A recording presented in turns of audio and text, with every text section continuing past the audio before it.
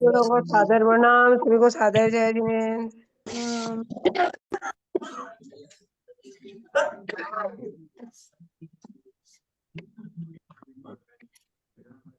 दीदी को चरण स्पर्श, बाकी सबको सादर जय जिनेन्द्र। सावधान।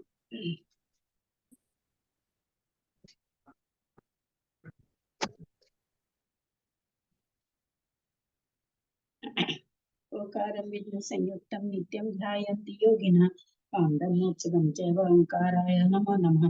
अविरल शब्द घनों प्रसादि सकल भूतल कलंका निरूपासी तीर्था सरस्वती हरतु मधुरितम अज्ञानातिमिरान्धनानां ज्ञानांजन शलाकया चक्षुरुन्मीलितं येन तस्मै श्री गुरुवे नमः। श्री परम गुरुवे नमः। परम्पराचार्य गुरुभ्यो नमः। सकल कलुष विध्वंसकं श्रीशां परिवर्धकं धर्म संबंधकं भव्य जीव मन प्रतिबोधकारकम पुण्य प्रकाश पापना समिदम शास्त्रम श्री पद्म पुराण ग्रंथराज नामधेयम अस्य मूल ग्रंथ करतार श्री सर्वज्ञ देवास्कद उत्तर ग्रंथ करतार श्री गंधर देवा प्रतिगंधर देवा तेषां वचन सार्थम आसाद्य श्रीमत रवि सेनाचार्य विरचितमिदं शास्त्रं श्रोतारः सावधानतया शृण्वन्तु। मंगलम भगवान वीरो मंगलम गौतमो गणि मंगलम कुंद कुंदादौ जैन धर्मोस्तु मंगलम सर्वमंगल मंगल्यम सर्वकल्याणकारि प्रणामं पूर्व धर्माणां जैनम जयतु शासनम जैनम जयतु शासनम जैनम जयतु शासनम सरस्वती नमस्तुभ्यं वरदे कामरूपिणि विद्यारंभं करिष्यामि सिद्धिर्भवतु मे सदा। द्वादशं जिनवानी माता की जय। परम मांगलिक ग्रंथ गोवर्धन पद्म पुराण ग्रंथराज की जय। रवि सेन आचार्य की जय। पन्नालाल जी साहित्यकार की जय। अढ़ाई दीप में विराजमान सभी आचार्य उपाध्याय सर्व साधु के चरणों में नमोस्तु नमोस्तु नमोस्तु। सभी आरिका माता जी के चरणों में बंदा में बंदा में बंदा में। सभी छुल्लक छुल्लिका एलक के चरणों में इच्छा में इच्छा में इच्छा में। सभी प्रतिमाधारी के चरणों में ग्रुप में विराजमान प्रतिमाधारी के चरणों में वंदना वंदना वंदना। रूप में विराजमान पूज्य जनों का सादर चरण स्पर्श सभी से सादर जय जिनेन्द्र। सिद्धम संगुण पद्यार्थम सिद्धे कारणम उत्तम प्रशस्त दर्शन ज्ञान चारित्र प्रतिपादन सुरेंद्र पद पद्मांशुकेशरम प्रणमामि महावीरम लोक तृतीय मंगलम प्रणमामि महावीरम लोक तृतीय मंगलम प्रणमामि महावीरम लोक तृतीय मंगलम। बोलो महावीर भगवान की जय। चलो आज वाचना होगी। हाँ, आज भाभी वो सरदा वो शर्मिला जी देर से आएंगी शायद। अभी हिंदी तो सरला पाटनी को पढ़नी है। शर्मिला तो आ गई ना? नहीं, वो ना सर बस में बैठी हुई है। दीदी मैं आई नहीं हूँ, लेकिन मैं सुन रही हूँ। मैं बस में हूँ, आवाज मेरी डिस्टर्ब आएगी, बाहर हूँ, इसीलिए उससे दूसरा भी बता दिया हूँ, बता देंगे। वो बस में है तो मैं बता रही हूँ हिंदी सरला पाटनी जी पढ़ेंगी। आई हुई है सरला पाटनी क्या? अगर सरला पाटनी आई हुई है क्या, देखती हूँ। नहीं, सरला पाटनी नहीं दिख रही है तो हेमा जी पढ़ लेंगी। हेमा जी आई हुई है। हाँ मैं हूँ जय जिनेन्द्र। हाँ, हेमा जी पढ़ लेंगी हिंदी। हाँ जय जिनेन्द्र। पेज नंबर 100 से पढ़ रही हूँ। हाँ, 101 से पढ़ेंगी आप। हाँ 101 से। गौतम स्वामी कहते हैं कि हे श्रेणी, सीता का मुख सूर्य की किरणों से व्याप्त सफेद कमल के भीतरी भाग के समान कांति युक्त था। उसे देखते हुए भी श्री राम तृप्ति को प्राप्त नहीं हो रहे थे। उस अत्यंत सुंदरी स्त्री का साथ राम निरंतर मनोहर भूमियों में कीड़ा करते थे, जिन्हें इच्छा करते ही सर्व वस्तुओं का समागम प्राप्त हो रहा था। ऐसे राम लक्ष्मण विशाल्या सुंदरी के साथ अलग ही प्रीति को प्राप्त हो रहे थे। वे यद्यपि हम कल चले जाएंगे ऐसा मन में संकल्प करते थे, तथापि विभीषणादि का उत्तम प्रेम पाकर जाना इनकी स्मृति से छूट जाता था। इस प्रकार रति और भोगोपभोग की सामग्री से युक्त राम लक्ष्मण के सुख से भोगे जाने वाले अनेक वर्ष एक दिन के समान व्यतीत हो गए। अथानंतर किसी दिन सुंदर लक्षणों के धारक लक्ष्मण स्मरण कर विराधित को कोरादी नगर भेजा। सो महाविभूति के धारक एवं सब प्रकार की विधि मिलाने में निपुण विरादित ने क्रम से जाकर कन्याओं के लिए परिचय चिन्ह के साथ लक्ष्मण के पत्र दिखाए। तदंतर शुभ समाचार से जिन्हें हर्ष उत्पन्न हो रहा था और माता पिता ने जिन्हें अनुमति दे रखी थी, ऐसी वे कन्याएं अनुकूल परिवार के साथ वहां आई। कहां से कौन कौन कन्याएं आई थी, इसका संक्षिप्त वर्णन इस प्रकार है। दशपुर नगर के स्वामी राजा वर्जकर्ण की रूपवती नाम की अत्यंत सुंदरी कन्या आई थी। कुंवर स्थान नगर के साथ वाली खिल्ली की सर्व कल्याणमाला नाम की सुंदरी पुत्री आई। पृथ्वीपुर नगर के राजा पृथ्वीधर की प्रसिद्ध पुत्री वनमाला आई। क्षेमांजलिपुर के राजा जित शत्रु की प्रसिद्ध पुत्री पद्मा आई। इनके सिवाय उज्जैनी आदि नगरों से आई हुई राजकन्याओं ने जन्मांतर में किए हुए परम पुण्य से ऐसा पति प्राप्त किया। गौतमी कहते हैं कि हे दान से सहित एवं गुरु पूर्वक लिए हुए उत्तम के किए बिना ऐसा पति ही प्राप्त होता। सूर्यास्त होने पर जिसने भोजन नहीं किया है, जिसने कौन सा पढ़ रही हो? मैं 101 पेज में पढ़ी। श्लोक नंबर 14।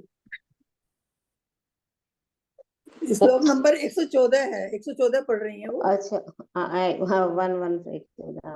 सूर्यास्त होने पर जिसने भोजन नहीं किया है, जिसने कभी आर्यका को दोष नहीं लाया है और दिगंबर मुनि जिसके द्वारा अपमानित नहीं हुए, उसी स्त्री का ऐसा पति होता है।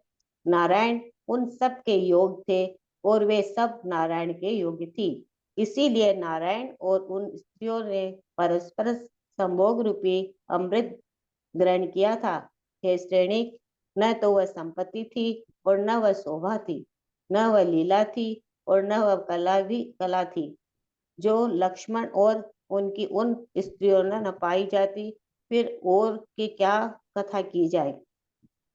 सौंदर्य की अपेक्षा उनके सुख को देखकर कहा जाए कि कमल क्या है, चंद्रमा क्या है, और उन स्त्रियों को देखकर कहा जाए कि लक्ष्मी क्या है और रति क्या है। राम लक्ष्मण की उस प्रकार की संपदा को देखकर विद्याधरजनों की बड़ा आश्चर्य हो रहा था। यहाँ चंद्रवर्धन की पुत्रियों का समागम कराने तथा उनके विवाह की आनंदमयी सूचना देने वाली कथा का निरूपण करना भी उचित जान पड़ता है।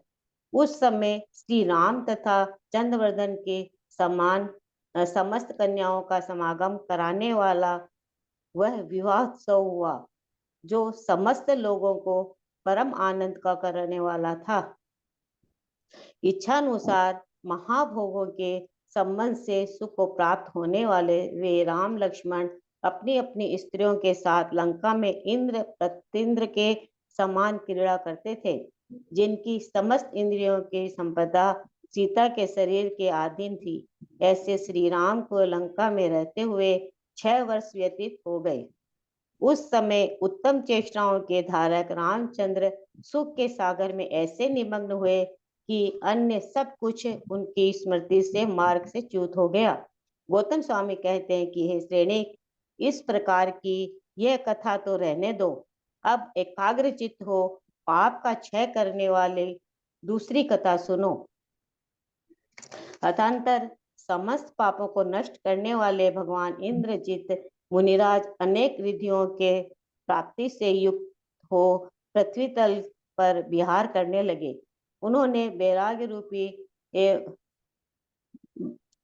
बैराग रूपी पवन से युक्त तथा सम्यक दर्शन रूपी व्यास से उत्पन्न ध्यान रूपी अग्नि के द्वारा कर्म रूपी भयंकर वन को भस्म कर दिया था। विषय रूपी ईंधन को जलाने के लिए अग्नि समान जो मेघ वहां मुनिराज थे, वे केवल ज्ञान प्राप्त कर अपना स्वभाव को प्राप्त हुए। उन दोनों के बाद सम्यक दर्शन, सम्यक ज्ञान और सम्यक चारित्र को धारण करने वाले कुंभकर्ण मुनिराज भी शुक्ल लेशिया के प्रभाव से अत्यंत विशुद्धात्मा हो केवल ज्ञान के द्वारा लोक और अलोक को ज्यों का त्यों देखते हुए कर्म धूलि को दूर कर अविनाशी परम पद को प्राप्त हुए। इनके सिवाय सुरेंद्र, असुरेंद्र तथा चक्रवर्ती जिनकी उत्तम कीर्ति का गान करते थे, जो शुद्ध शील के धारक थे, दीप्तमान थे, सर्वरहित थे, जो समस्त पदार्थ रूपी सघन गेह को गोस्पद के समान तुच्छ करने वाले तेज से सही थे, जो संसार के क्लेश रूपी कठिन बंधन के जाल से निकल चुके थे, जहां से पुनः लौट कर नहीं आना पड़ता, ऐसा मोक्ष स्थान को प्राप्ति रूपी स्वार्थ से जो सही थे, अनुपम तथा निर्विघ्न सुखी जिनका स्वरूप था, जिनकी आत्मा महान थी, जो सिद्ध थे तथा शत्रुओं को नष्ट करने वाले थे, ऐसे ये तथा अन्य जो महर्षि थे, वे जिन शासन के श्रोता मनुष्यों के लिए रत्नत्रय रूपी आरोग्य प्रदान करे। गौतम स्वामी कहते हैं कि हे राजन, उन पर महात्माओं का प्रभाव तो देखो कि आज भी उन परमात्माओं के यश से व्याप्त वे दिखाई देते हैं, पर वे साधु नहीं दिखाई देते। विंध्यवन की महाभूमि से जहाँ इंद्रजीत के साथ मेघवाहन मुनिराज विराजमान रहे, वहाँ आज मेघरथ नामक तीर्थ प्रसिद्ध हुआ है। अनेक वृक्षों और लताओं से व्याप्त, नाना पक्षियों के समूह से युक्त एवं नाना जानवरों से वित्त त्रिणीगति नामक महाशैल पर महाबलवान जम्बुमाली नामक मुनि महिमिंद्र अवस्था को प्राप्त हुआ तो ठीक ही है, क्योंकि अहिंसादि गुणों से युक्त धर्म के लिए क्या कठिन है। यह जम्बुमाली का जीव एरावत क्षेत्र में अवतार ले महाव्रत रूपी विभूषण से अलंकृत तथा केवल ज्ञान रूपी तेज से युक्त हो मुक्ति स्थान को प्राप्त होगा।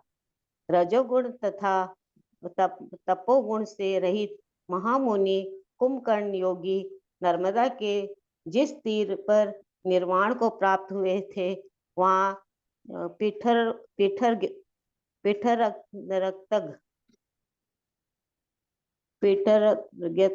नामक का तीर्थ प्रसिद्ध हुआ। महादीप्ति के धारक मय मुनि के आकाशगामिनी रिद्धि पाकर इच्छानुसार निर्वाण भूमियों में विहार किया। रतन त्रय रूपी मंडल को धारण करने वाले तथा महान धैर्य के धारक उन मय मुनि के देवागमन से सेवित विश्वादि तीर्थंकरों के कल्याणक प्रदेशों के दर्शन किए। मारीच मुनि कल्पवासी देव हुए तथा अन्य महर्षियों ने जिसका जैसा तपोबल था, उसने वैसा ही फल प्राप्त किया। गौतम स्वामी कहते हैं कि हे श्रेणी, शील व्रत के दृढ़ता से उत्पन्न सीता का महात्मा तो देखो कि अपने शील व्रत का पालन किया और शत्रुओं को नष्ट कर दिखाया। कल्याणकारी गुणों से परिपूर्ण सीता का धैर्य रूप सौभाग्य, बुद्धि और पति विषय स्नेह का बंधन सभी अनुपम था। सो शील व्रत के प्रभाव से स्वर्गगामिनी थी तथा अपने पति में ही संतुष्ट रहती थी। ऐसी सीता ने श्री राम देव के चरित्र को अच्छी तरह अलंकृत किया था। पर पुरुष का त्याग करने वाले एक व्रत रूपी रत्न के द्वारा स्त्रियों में भी स्वर्ग प्राप्त करने की सामर्थ्य विद्यमान है। जिस विकट मायावी मैंने पहले अनेक जीवों का वध किया था, अब उसने भी वीतराग भाव को धारण कर उत्तम मुनि को अनेक रिद्धियों प्राप्त की थी। तदंतर राजा श्रेणिक ने कहा कि हे नाथ, मैंने इंद्रजीत आदि का महात्म्य तो सुन लिया है, अब मैं का महात्म्य सुनना चाहता हूँ। वे हे भगवान, इस पृथ्वी तल पर मनुष्यों की ओर भी सीलवती ऐसी स्त्रियां हुई है जो कि अपने पति में ही लीन रही है, सो क्या वे सब भी स्वर्ग को प्राप्त हुई है? जय जितेंद्र। अब ना संस्कृत मैं पढ़ूंगी, मुझे पढ़ना, मेरा नंबर है, संस्कृत पढ़ रही हूँ। भाभी प्रणाम, बाकी सभी को जय जय, अन्ना जी को प्रणाम।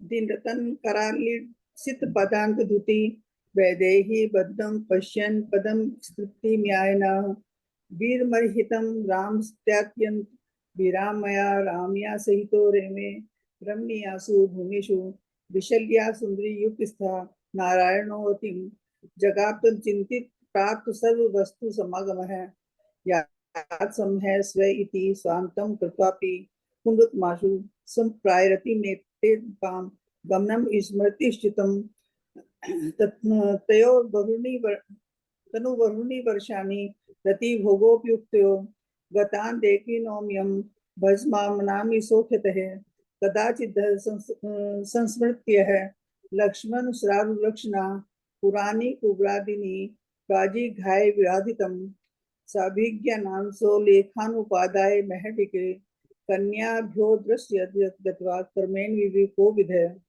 संवाद जनितानंदः प्रत्योभिनुमोदितः आजनम रूपेण परिवारेण संगतः दशांग भोग नगर स्वामिनः कुलिश श्रुतेः प्राप्ता रूपती नाम कन्या रूपवती परः कुबेर स्थान नाथस्य बाली खिलस्य दहेजा सर्व कल्याण मालाख्या प्राप्ता परम सुंदरी पृथ्वीपुरनाथस्य पृथ्वीधर भूभृतः पतिता बनमालेति दुहिता समुपागतः क्षेमाजलि पुरुषस्य जीर्षयो महिष्ठा जीर पद्मेति विख्याता तन्या समुपागमत उज्जैन्ये दादित्योपेता नगरदाम राजकन्यकः जन्मांतर कृतात् पुण्यात् परमाप्ति निदृशम दम दान दयायुक्तम शिलाढ्यं गोक्षाक्षितं निद्युतमं तपो कृत्वा प्राप्यते पतिरिदृशः नूनं नास्ति मिते भानौ युक्तं साध्वी न दूषिता विमानिता न दिग्वस्त्रा जातोऽयं पतिरिदृशः योग्यो नारायण इत्सानां योग्या नारायणस्य ततः अन्योन्यं तेन ताभिश्च वेतं सुतामृतं नैसा संपन्नसा शोभा नैसा लीला नैसा कला तस्य तासां तथा नासीत् तत्र श्रेणिका कथा कथं पद्मं कथं चंद्रः कथं लक्ष्मीः कथं रतिः मन्यतो सुन्दरत्वेन श्रुत्वा तं कीर्तास्तथा राम लक्ष्मण यो दृष्टा संपदं तथा विधां विद्याधर जनोद्धानां विस्मयः परमो भवतः चंद्रवर्धन जातानामपि संगमपि कथा कृत्या सुमहानंदना विवाहस्य च सूचनी बदमनाभस्य कन्यानां सर्वासां संगतस्तथा स विवाह भो सर्वलोकांतकर परः परः यथेप्सित महाभोग संबंध सुख भागिनो ताविंद्र दिशय लंकाया रेमाते प्रमादमिति वेदेहि देहे विन्यस्त समस्तेन्द्रिय संपदः वर्षेणी पठतीतानि लंकायानां श्री लक्ष्मणः सुखार्णवेनि मग्नस्य चारु चेष्टा विधायिनः काकुस्तस्य तदा समन्ये स्मरति तथा चितुम् एवं ताविदं व्रतं कथान्तरमिदं पुनः पापक्षयकरं भूप शृणु तत्परमानसः अशा बिंदुजितो योगी भगवान सर्व पापः विद्या लब्धि सुसंपन्नो विजहार महितलम वैराग्य नीलयुक्तेन समत्वारिणी जन्मना कर्म कक्षम महाघोर मधदान विनाम मेघ बाहोन गारोपी विषेंद्र पावकः केवल ज्ञानतः प्राप्त है स्वभावम जीव गोचरम तयोरनंतरम सम्यक दर्शन ज्ञान चेष्टितः सुकुल लेश्या विशुद्धात्मा कलश शरणो मुनि पश्यम श्लोको कमलोकम च केवलेन तथा विधिम वीर जशकः परिप्राप्तः परमं पदम विचुतम सुरासुर जनाधीशे रूपी तोमं कृत्यः सुशीलधरादित्याः प्रणातः महेश्वरं गोपद कीर्त निशेष गहन गेते जसः संसार क्लेश दु मोर्चा जाल बंधन निर्गतः अपुनः पतन स्थान संप्राप्ति निस्वार्थ संगता उपमान विनुर्मुक्ति निप्रयत समूह सुखात्मकः एते अन्ये च महात्मनः सिद्धा निर्तु सत्रवः दिशन्तु बोधि मारोग्यम श्रोता नाम जिन शासने यशसा परिवीता नियद्यत्वेपि परमात्मा स्थानानि तानि दृश्यन्ते साधको न ते विन्ध्यारण्ये महास्थल्यां साधर्मेन्द्रजित्रा यतः मेघनाथः स्थितस्तेन तीर्थे मेघरवं स्मृत्यः विन्ध्यारण्ये महास्थल्या ऋतुनि गति महाशैले नाना दुर्लता कुले नाना पक्षी गणाकिरणे नाना श्वपात सेविते परिप्राप्तो अहमिन्द्रत्वं जम्बूमाली महाबलः अहिंसादि गुणाढ्य किमु धर्मस्य दुष्करम् एरावते वत्रियोषु महावर्त विभूषणं कैवल्य तेजसा युक्तः सिद्धि स्थानं गमिष्यति अर्जानिस्तमो योगी कुंभकर्णो महामुनिः निर्वतो नर्मदातीरे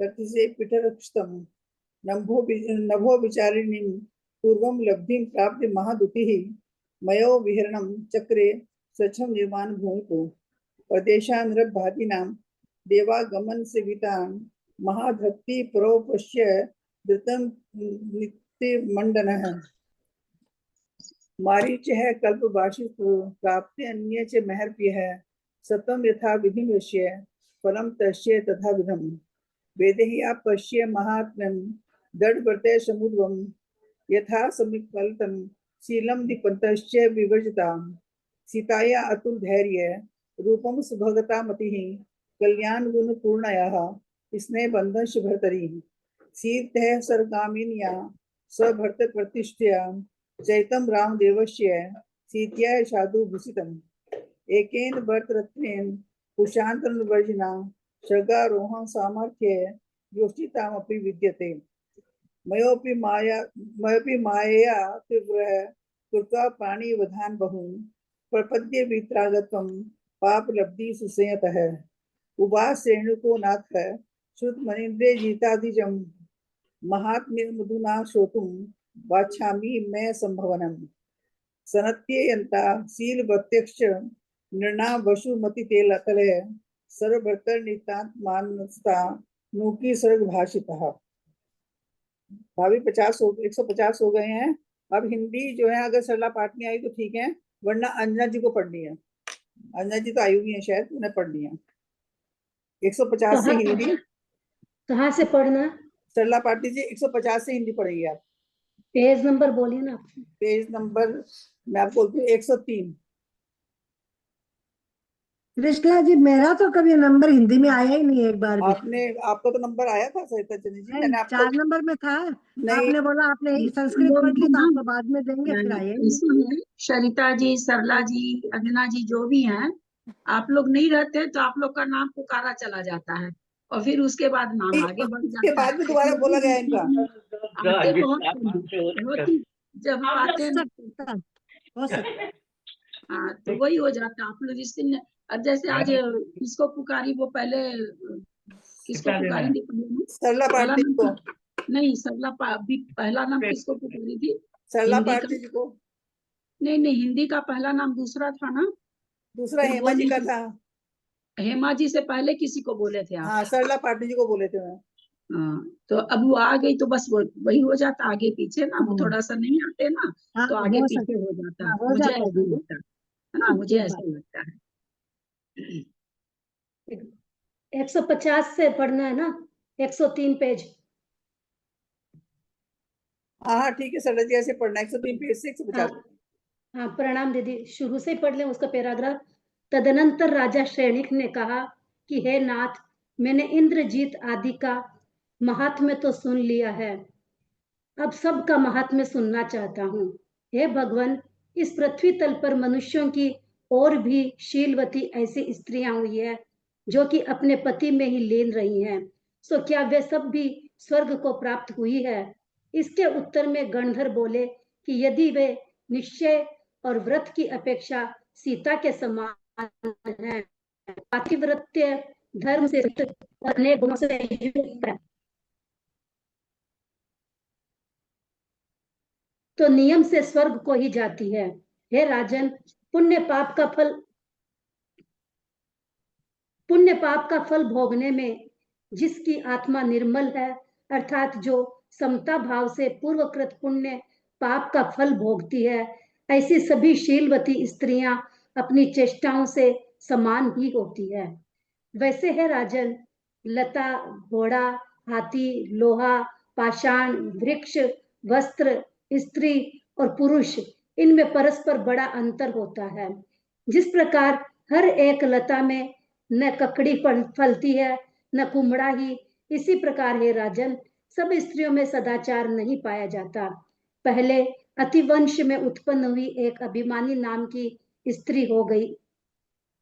अतिवंश में उत्पन्न हुई एक अभिमाना नाम की स्त्री हो गई है, जो अपने आप को पतिव्रता प्रकट करती थी, किंतु यथार्थ में शील रूपी अंकुरा से रहित हो दुर्मत रूपी वारण को प्राप्त हुई थी। भावार्थ, इस प्रकार झूठ मूठ की पतिव्रता का अभिमान रखने वाली स्त्री पतिव्रता नहीं है। वह मन रूपी हाथी लौकिक शास्त्र की निर्बल अंकुश के द्वारा वश नहीं किया जा सकता, इसलिए वह इस तीव्र को कुमति में ले जाता, इस जीव को कुमति में ले जाता है। उत्तम बुद्धि को धारण करने वाला भव्य जीव जिनवाणी रूपी अंकुश के द्वारा ही मन रूपी हाथी को दया और सुख से सहित समीचीन मार्ग में ले जा सकता है। गौतम स्वामी कहते हैं कि अब मैं विद्वानों के बीच परंपरा से आगत अभिमाना के शील वर्णन की कथा संक्षेप में कहता हूँ, सो सुन। वे कहने लगे कि जिस समय समस्त देश रोग रूपी वायु से पीड़ित था, उस समय धान्य ग्राम का रहने वाला एक ब्राह्मण अपनी स्त्री के साथ उस ग्राम से बाहर निकला। उस ब्राह्मण का नाम नोदन था और उसकी स्त्री का नाम अभिमाना था। अभिमाना अग्नि नामक पिता से मानिनी नामक स्त्री में उत्पन्न हुई थी तथा अत्यधिक अभिमान को धारण करने वाली थी। तदनंतर भूख की बाधा से जिसकी आत्मा विवल हो रही थी, ऐसे नोदन ने अभिमाना को छोड़ दिया। धीरे धीरे अभिमाना हाथियों के वन में पहुंची। वहां उसने राजा कररूह को अपना पति बना लिया। राजा कररूह पुण्य प्रकीर्ण नगर का स्वामी था। तदनंतर जिसे पति की प्रसन्नता प्राप्त थी, ऐसी उस अभिमाना ने किसी समय रतिकाल में राजा कररूह के सिर में अपने पैर से आघात किया, अर्थात उसके सिर में लात मारी। दूसरे दिन प्रभात होने पर जब राजा सभा में बैठा, तब उसने बहुश्रुत विद्वानों से पूछा कि जो राजा के सिर को पैर के आघात से पीड़ित करे, उसका क्या करना चाहिए। राजा का प्रश्न सुन सभा में अपने आप को पंडित मानने वाले जो बहुत से सभासद बैठे थे, उन्होंने कहा कि उसका पैर काट दिया जाए अथवा उसे प्राणों से वियुक्त किया जाए। उसी सभा में राजा के अभिप्राय को जानने वाला एक हिमांक नामक ब्राह्मण भी बैठा था। सो उसने कहा कि राजन, उसके पैर की अत्यधिक पूजा की जाए, अर्थात अलंकार आदि से अलंकृत कर उसका सत्कार किया जाए। राजा ने उससे पूछा कि तुम इस प्रकार के विद्वान कैसे हुए, अर्थात तुमने यथार्थ बात कैसे जान ली।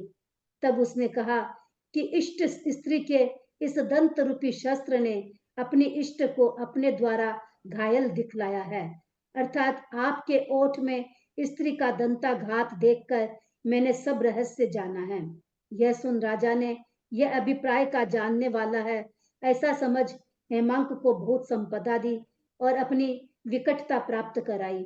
हेमांक के घर में अमोघशर नामक ब्राह्मण की मित्रयशा नाम की पतिव्रता पत्नी रहती थी।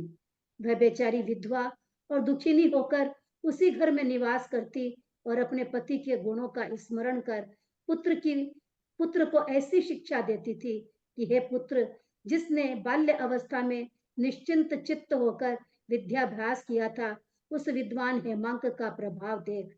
जिसने वाण विद्या के द्वारा समस्त ब्राह्मणों अथवा परशुराम की संपदा को तिरस्कृत कर दिया था, उस पिता के तू ऐसा मूर्ख पुत्र हुआ है।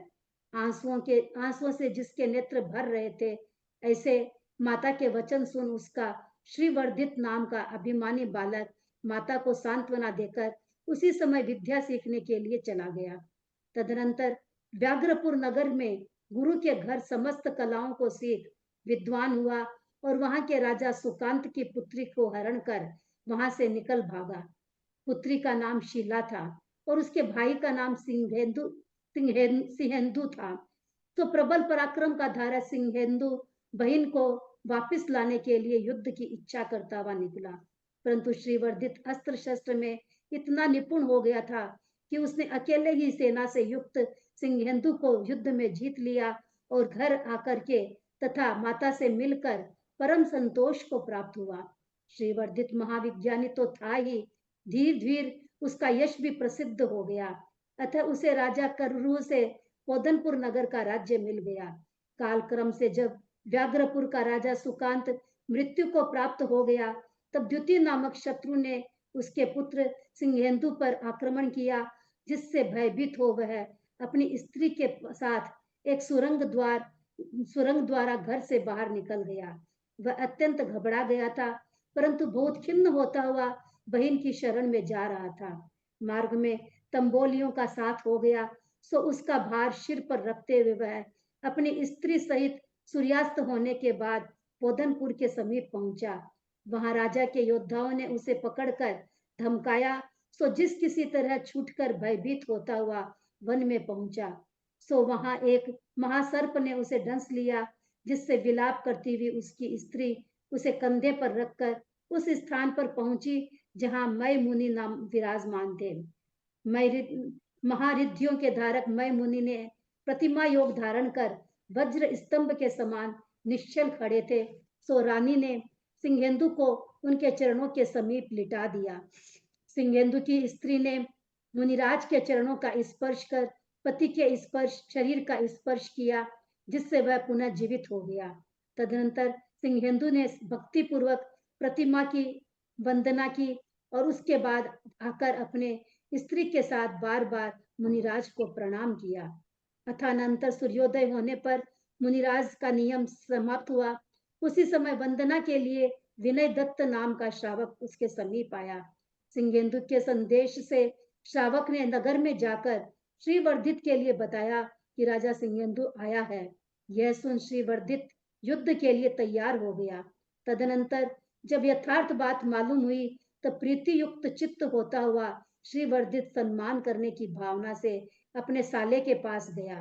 तत्पश्चात इष्ट जनों का समागम प्राप्त कर हर्षित होते हुए श्रीवर्धित ने सुख से बैठे हुए मय मुनिराज से विनय पूर्वक पूछा कि हे भगवान, मैं अपने तथा अपने परिवार के लोगों के पूर्व भव जानना चाहता हूँ। तदनंतर उत्तम मुनिराज इस प्रकार बोले कि शोभपुर नगर में एक भद्राचार्य नामक दिगंबर मुनिराज थे। उस नगर का राजा अमल था, जो कि गुणों के समूह से सुशोभित था। उत्तम हृदय को धारण करने वाला अमल प्रतिदिन उन आचार्यों की सेवा करने के लिए आता था। एक दिन आने पर उसे उस स्थान पर अत्यंत दुस्सह दुर्गंध आई। कोढ़िनी के शरीर से उत्पन्न हुई वह दुर्गंध इतनी भयंकर थी कि राजा उसे सहन नहीं कर सका और पैदल ही शीघ्र अपने घर चला गया। वह कोढ़िनी स्त्री किसी अन्य स्थान से आकर उस मंदिर के समीप ठहरी थी। उसी के घावों से वह दुर्गंध निकल रही थी।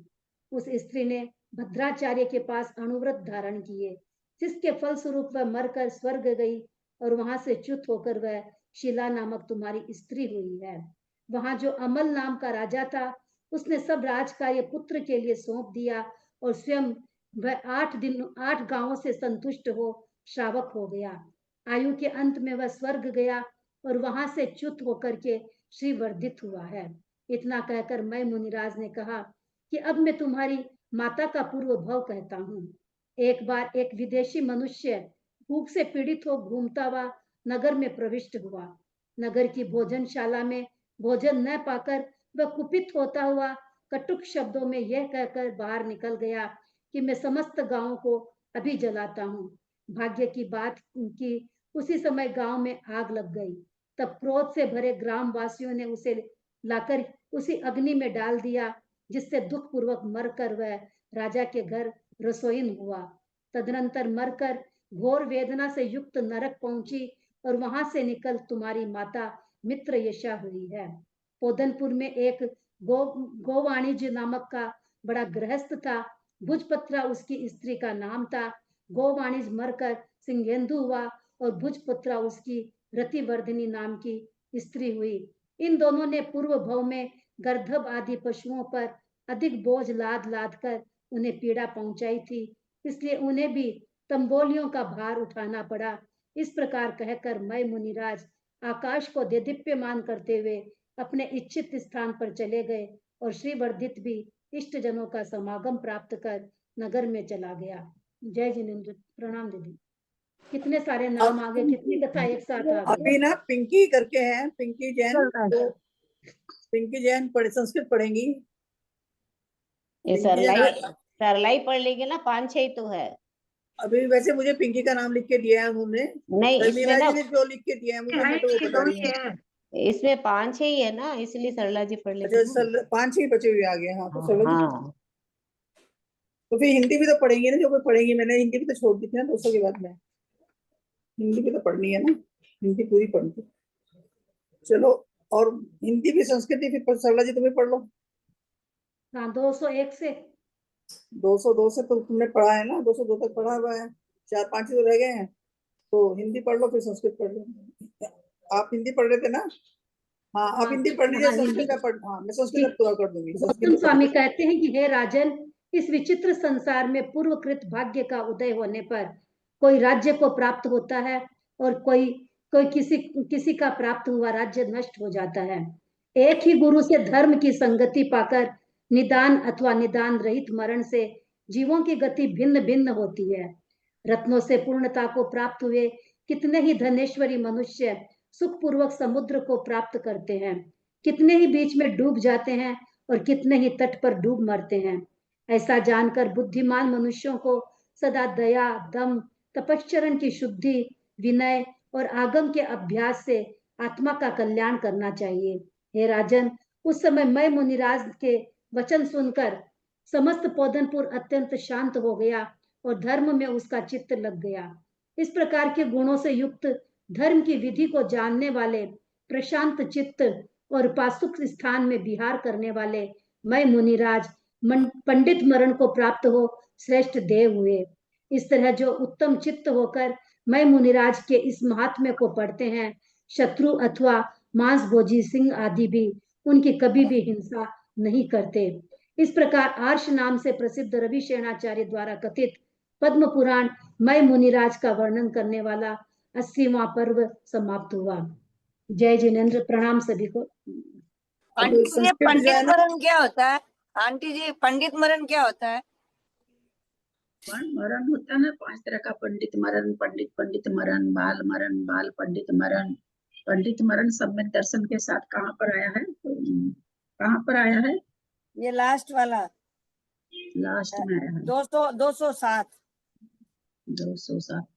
हे राजन, उस समय मैं मुनिराज के वचन सुनकर समस्त पोदनपुर अत्यंत शांत हो गया था तथा धर्म में उसका चित्त लग गया। इस प्रकार गुणों से युक्त धर्म की विधि को जानने वाले, प्रशांत चित्त का सुख स्थान में विहार करने वाले मैं मुनिराज पंडित मरण को प्राप्त हो श्रेष्ठ देव हुए। यानी वो श्रेणी नहीं चढ़े हैं, केवल ज्ञान उनको नहीं हुआ, मुनि थे, इसलिए उनका पंडित मरण हुआ। जो अहंतों का होता है वो पंडित मरण होता है।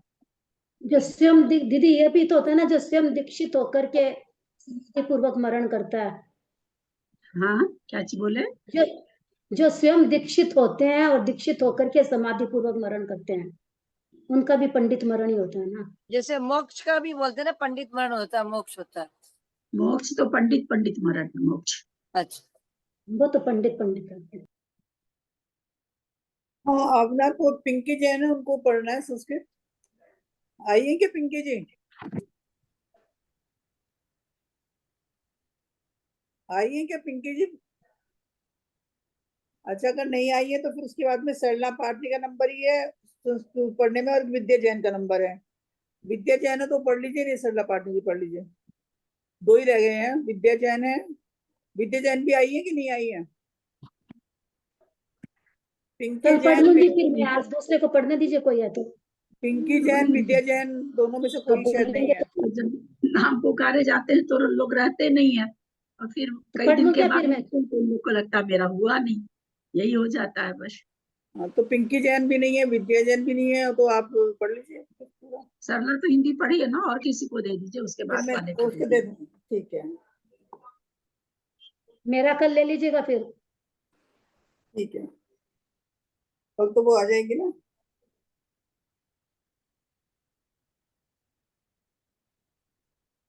फिर उसका नाम मुन्नी आ रहा है, फिर उसके बाद मुन्नी का इशू हो गया ना। मुन्नी, मुन्नी जी है, मुन्नी तो है, मैंने देखा था।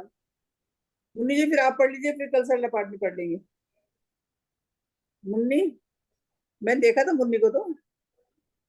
डॉक्टर मुन्नी जी जो है, जरा पढ़ लीजिए आप संस्कृत। मुन्नी जी आप तो हैं, आप बोल क्यों नहीं रहे हैं? असल में सब वो चालू करके इधर उधर रहते हैं, उसके बाद का सामने नंबर नहीं है, बोलिए। सामने उसके नहीं है, बाद खुला हुआ है उसके खाली। उसके बाद संतोष देवी सूरत है। वो भी नहीं है, संतोष देवी हमको तो नहीं दिख संतोष तो रही है ही नहीं अभी यहाँ पर। है फिर संतोष देवी है। मैं पढ़ लूं संस्कृत में? पढ़ लीजिए संतोष देवी, हाँ आप पढ़ लीजिए, सूरत, सूरत है ना। हाँ तो फिर पटना, वो कल सरला पाटनी और मुन्नी वाला विद्या कल देख लेंगे। ये तो मंजू जी है। 150 से आप पढ़ेंगे, है ना? हाँ, क्या 150, 155 से पढ़ रही हूँ। गणयुचे यदि सीताया निश्चयेन व्रतेन च तुल्या पतिव्रता स्वर्गम व्रजयन्ते गुणान्ति विता सुकृता सुकृता स्वाद निष्पन्दीकृत व्रत्य शीलवत्य समाराजन नो सर्वा विचिष्टते वीरु दस्वे लोहाना मुपल द्रुम वाससाम योषिताम पुरुषाणाम च विशेषतो अस्ति महान नृपः न ही इतना एकदम इतना मेरा बलियाम दीजिएगा, मैं हूँ आज, वैसे तो मंजू जी पढ़ रही है, पढ़ने दीजिए, मैं कल बोल। 150 न ही चित्रव्रतम वल्याम ये वल्याम कुष्मांडवे वा एवं न सर्वनारीषु सद्व्रतम दीपविद्यते पतिव्रताभिमाना प्रागति वंशस समुद्वा शीला सुंकादि निर्याता प्राप्ता दुर्मतवारणम लोक शास्त्राति निसार शस्त्रिणाने से शक्यते वशीकृतुं मनोहस्ति कुगतिं नैते ततः सर्वगोप्यत्य कुसुग्नेवे यदया सौख्य नान्विते पथि शक्यो योजयितुं युक्तमतिता भवे जंतुना शृणु संक्षेपतो वक्षे अभिमाना शील वर्णनम परंपरा समायात माख्यानकम विपताश्च च आसी जन्म पदो यस्मिन् काले रोग निहालत ध्यान ग्रामा तदा पतन्या सहे को निगृतो द्विजय आसी नोदन नामा सावभिमान कांगना अग्नि नामना समुत्पन्ना मानिन्याभिमानिनी नोदनेना भीमानसो श्रद्धाधा विलहात्मना त्यक्त्या गजवले प्राप्ता पतिम कररूहम नृपम पुष्प प्रकीर्ण नगर स्वामी लब्ध प्रसादया पादेन मस्तके जातु तथा यशो ताडितो रतो आस्थानाथस्य प्रभाते यशो प्रेक्ष्य प्रच्छद प्रभुसुतान् पादे नाहन्ति यो राजशिरतस्य किष्मिष्यते तस्मिन् बहवः प्रोचु संभ्या पंडित मान यथा अस्य छिदते पाद प्राणर्वास वियोज्याताम् हेमांकस्तत्र नामेको विग्रहो अभिप्राय को विद जगात तस्य पादोवसो पूजां संप्रदाय प्राम को विद क्रम कम कथमिदक स्वमिति पृष्ठच प्रभुभूता इष्ट स्त्री दंत स्त्रियं क्षतमिष्टं समेदच्छेत् अभिप्राय विदितस्य हेमाकस्तनेन भूभृता प्रापित परां वृद्धिं सर्वेभ्यश्चान्तरं गतम् हेमांगस्य गृहे तस्य नाम्ना मित्र यशा सती अमोघ शस्त्र शब्दज्ञस्य भार्गवस्य च प्रियावसत् विधिवा दुखिनी तस्मिन् बसन्ति भुवने सुतम् अक्षीयेय सावेवं स्मृत भर्तर्गुणोत्करा सुनिश्चितात्मना येन बाल्ये विधागमय कृत हेमांकस्य धुतिं यस्य विदुषः पश्य पुत्रक सर्वविज्ञानतिर्धृतं सर्वभागर संपदय पितुस्तथा विदस्य तं तनयो वालिशो अभवय वाष्प विलुप नेत्राया श्रुत्वा मार्तुवश्चता सम्यक्तां गतो विद्वां शिक्षितुं सो अभिमानवान् ततो व्याघ्र पुरे सर्वा कला प्राप्य गुरो गृहे तत्प्रदेश सुकान्तेयस्य सुतां दत्त्वा विनिर्गतः तस्या शील विधानाया कन्यकाया सहोदर सिहेन्दुरिति निर्यातो युद्धार्थो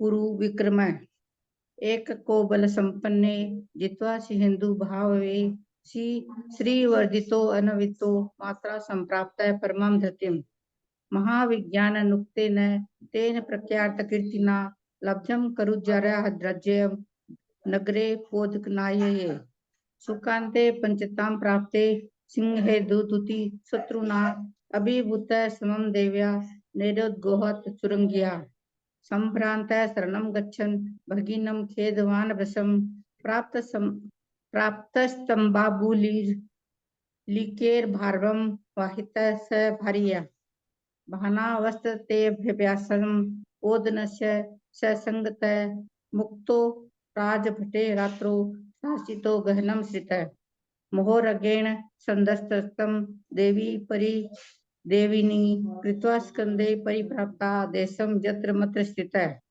वज्रस्तंभ समानस्य प्रतिमास्थानं युष महालब्धे समीपस्य पादयोस्तं तिष्ठिं सत्पथ पादो मुने परामृश्य प्रतुर्गात्रं समाप्रस्तं देवी तव परिप्राप्त सिहेन्दु जीवितं पुनः चेतस्य वंदनां कृत्वा भक्त्या केसरी चंद्रमा प्रणनाम मुनिं भूयो द्वयितया समम् उद्गते भास्करे साधु समाप्त नियमो अभवत् प्राप्तो विनय ततस्तम वर्तनार्थम उपासक संदेहाश्चक्रावको गत्वा पुरं श्रीवर्धितायपं सिंहेन्दुं प्राप्तमाचख्यो श्रुत्वा सनधु मुदत तयो यदा वदाख्याते प्रीति संगत मानस महोपचारोपशेषमुष्या शालं विविर्धो गतम् ततो बंधु समायोगम प्राप्त परम संबद श्रीवर्धित सुखासीनं प्रपेक्षति मयं नतः भगवन् ज्ञातुमिच्छामि पूर्वं जननमात्मनः स्वजनानां च सतत साधु सतो वचनं ब्रवीत् आच्छिद्दरोपपुरे नाम्ना ब्रह्मचार्यो दिगंबरः अमलाख्य पुरस्यास्य स्वामी गुणसमुत्करः स तं प्रत्यहमाचार्यं सेवितुं याति सम्मन्ना अन्यथा गन्धमाजग्रो देशे तत्र सुदुहसहम् समत गन्ध समाग्राय कुष्टिन्यग समुद्गतं पद्माभ्यमेव निजं मेघं गतो सहनको द्रुतम् अन्यत्र कुष्टिनी सातु प्राप्ता चितान्तिके कदा विश्रान्ता असीद व्रणोभ्यस्य दुर्गन्धो असो विनर्यसो अणुव्रतानि सा प्राप्य भद्राचार्य सकाशतः देवलोकं गताश्च्युता वसो कान्ताशीलवत्यभूत तस्य यस्तस्वाहमवलो राजा पुत्रेण नृपक्रिय संतुतः सो अष्ट विग्रामे श्रावका मुचारत देवलोकमवसो गत्वा च्युत श्रीवर्धो अभवत् अधुना पूर्वकं जन्म मातुस्त्व वदायहम् एको विदेशको भ्राम्यान् ग्रामे क्षुधा धादितो अविशत् स भोजन गृहे भुक्तिं लब्ध्वा कोपसंगतः सर्वग्रामं दहामिति निगदकटुस्वरं निष्क्रान्तः सृष्टितो असो च ग्रामे प्राप्तः प्रदीपवनम् ग्रामे नारीय संक्रुद्धे छित्तो असो तत्र पावके मृतो दुखेन संभूत सूपकारी नृपालये ततो मृता परिप्राप्ता नरकं घोरवेदनं तस्मादुत्तरीय माचाद्भूत्व मित्रय सो अविदा भुवं पोदनस्थाने नाम्ना गोवाणिज्यो महान् पुत्र पत्रेति तद्भार्या सो कांति सो अभन्मृत भुजपत्रापि जाता अस्य कामिनी रतिवर्धनी पीडनार्दन भादिनानां पुरा भारं च वहितो एवं मुक्त्वा भयो व्योमं भाष्यन् स्वे पिस्तं यथो श्रीवर्धो अपि नगरं प्राप्त बंधु समागमः पूर्व भाग्योदयादजन संसारे चित्रकर्मणि राज्यं किश्चित् वा नोक्ति प्राप्त नश्यसि कश्यति अप्ये कस्मात् गुरुपुरो प्राप्य जन्तूनां धर्म संगतिं निदान निर्दिनिदानाभ्यां मरणाम्यं पृथक्ते उत्तर निर्द्युतरिं केचित्तर पुना सुखान्विता मध्ये केश्चित् दिश्यन्ते तटे केश्चिन्नराधितवा इति ज्ञात्वा बन्धः श्रेयः सदा कार्यं मनीषिभिः दया धर्म तपस्सिद्धया विनयेन नागेन वा सकलं पोदनं नूनं तदा मय वच श्रुते उपशान्तं भूर्दगत चित्त नराधिप आर्या छंद इद गुणो विद्युत पासु विहारी मय प्रशांत तन्मा पंडित मरणम प्राप्तो अभूदि नासे सुरश्रेष्ठ एतमनस्य साधोर्मार प्रतिमं चे पठन्ति सुचिता अरण्य कैवाद्यां सा वा हिंसति न तान् कदाचिदपि इत्येति रविसेनाचार्य प्रोक्ते पद्म पुराणे मयोपाख्यान नाम सत्यदम सर्व समाप्तम। जय जिनेन्द्र। अंशु सरावगी जी, आपका तो नाम ही नहीं था लिखने में संस्कृत में। नहीं और था, लेकिन आपने कंटिन्यू आज मैंने अटेंड किया था, इसलिए मैंने सोचा मैं पढ़ लेती हूँ। नहीं ऐसे ना, चलो आपने पढ़ लिया, बहुत अच्छी बात है, लेकिन आपको ऐसा ना नाम ये तो लिखवाना चाहिए। पढ़ी हूँ ना, पढ़ती नहीं हूँ नहीं कभी। तो आप ये तो नाम लिखवा देना अपना, आप पढ़ा करिए ना हर बारी। आप ये नाम लिखवाइए और नंबर आने पे पढ़िए। पता नाम नहीं ठीक से लिखवाइए आप। नहीं है मेरे से, इसीलिए नहीं पढ़ती हूँ मैं। आज ठीक से पढ़ा था क्या पता नहीं। नहीं कोई बात नहीं, ये पढ़ लिए तो अच्छा लगा, कोई बात नहीं, ये पढ़ लिए तो अच्छा, सबको मौका मिलना चाहिए ना। हाँ, और नाम भी लिखवा लेना चाहिए अपना, है ना, फिर बोलते फिर आवाज आए, हर बार बोले आप तो अच्छी बात है। जी जी, नाम लिखवा लीजिएगा। ठीक है। अभी भिंडर से किसी श्रावक का फोन आया बीच में, मैं आप लोगों को थोड़ी आवाज भी आई होगी मेरी, लगता है मैं म्यूट करना भूल गई थी। नक्शे से वहां पर अपूर्व सागर जी, अर्पित सागर जी और वो एक महाराज का और क्या नाम है, नक्शा से लोग पढ़ रहे हैं। बाबा क्या फोन पर कविता बना बना के सुनाए हैं वो सम्मान में, हम आपको क्या बताएं। मैं 2 पुष्प अर्पण करता हूँ, मैं 2 पुष्प अर्पण करता हूँ कर करके और कितना बोले हैं, कितना बोले हैं कि हम आप लोग को बता नहीं सकते। महाराज जी थे भाभी, आचार्य वर्धमान सागर जी के हैं, पूर्व सागर जी, अर्पित सागर जी। सागर जी गाया था क्या? हाँ नहीं, अपूर सागर जी गाया था क्या? तो फिर आप ही बोल दे, नमन भैया बोल रहा होगा। भिंडर नहीं, नमन भैया नहीं नहीं, थे, कोई श्रावक था। वहाँ कौन थे? श्रावक था तो पढ़ रहा होगा, तो मतलब पढ़ रहे ओ, होंगे। कोई श्रावक था क्या? बताए हम लोग इतने जेंट्स पढ़ रहे हैं, इतनी लेडीज पढ़ रहे हैं आपके नक्शे से, इतना अच्छा ऑप्शन हम लोग का नहीं बना। आपने अद्भुत चीज बनाई है, आज तक हम लोगों को ऐसा चीज मिला, कितना ओ, बोला बीच में सारी क्लास ही निकल गई। नक्शा के ये बारे तो में। वैसे अच्छा, महाराज सही नक्शा के बात है, बारे में नक्शा बात बनाना कीजिए। तो बहुत बड़ी बात है। नक्शा नक्शा के तो बारे में आपने बात बहुत ही कीजिए। अच्छा बना दिया। नक्शा के बारे में नक्शा हाँ, चलो बहुत बढ़िया है तो ये। नहीं, नक्शा तो खैर इतना बारीक और इतना ध्यान से हाँ, इतना सब कुछ बनाया, उसमें तो खैर अलग ही बात है, बहुत ही बिल्कुल डिफरेंट बात है। हाँ, वो तो बहुत ही अलग चीज, अद्भुत चीज है। अच्छा, अब टाइम खत्म हो गया, 2-3 मिनट ही रह गए हैं, 5 मिनट रह गए हैं, तो जिनवानी स्तुति कर लेते हैं ना। हाँ जिनवानी स्तुति कर ली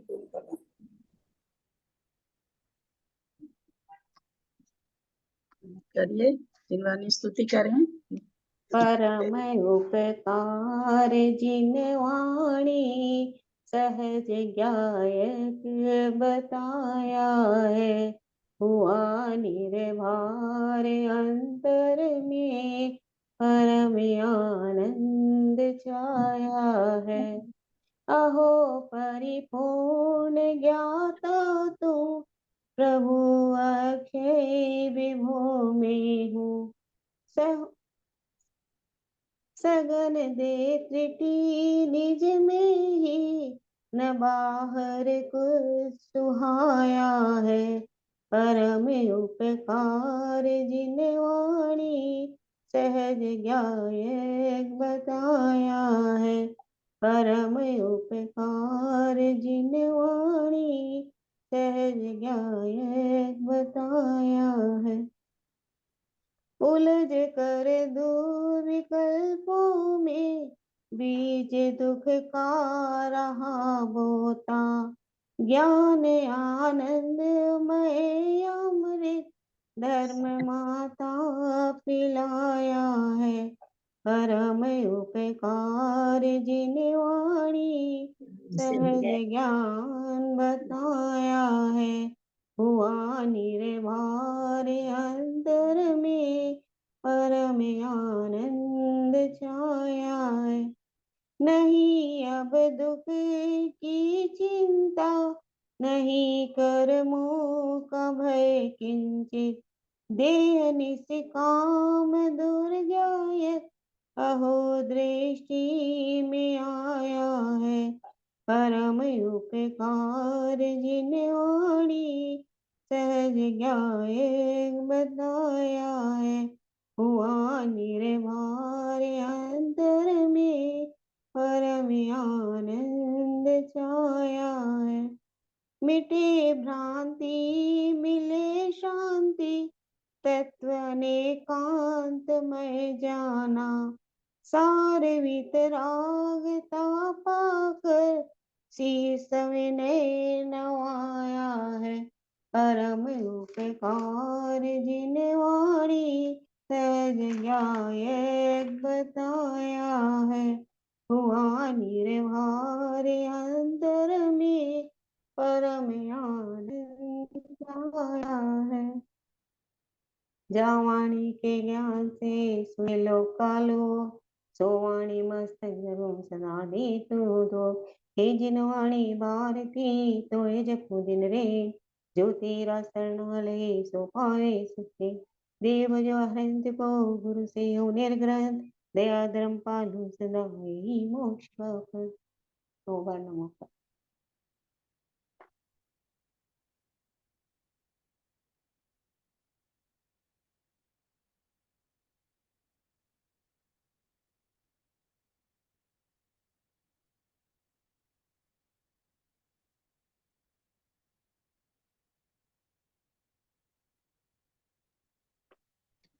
अंजना जी को वंदना, बड़ों का सादर प्रणाम, सबको जय जिनेन्द्र। दीदी को अंजना जी को वंदना, ललिता जी को सादर अंजना चरण जी को स्पर्श, सभी वंदना, बड़ों को सबको सादर प्रणाम, सभी को जय जय जिनेन्द्र। जिनेन्द्र। बड़ों को बड़ों को प्रणाम, प्रणाम, जय अंजना जी को जिनेन्द्र। वंदना, बाकी सभी को जय जिनेन्द्र। अंजना जी को वंदना, सभी जय को जिनेन्द्र, सादर सबको जय जय जिनेन्द्र। अंजना सभी जी को को सादर वंदना, जय सादर जिनेन्द्र। जय जिनेन्द्र। सबको ललिता जय को जिनेन्द्र। जय जिनेन्द्र। अंजना जी से सादर वंदना, ललिता जी जय सबको सादर प्रणाम, सभी बड़ों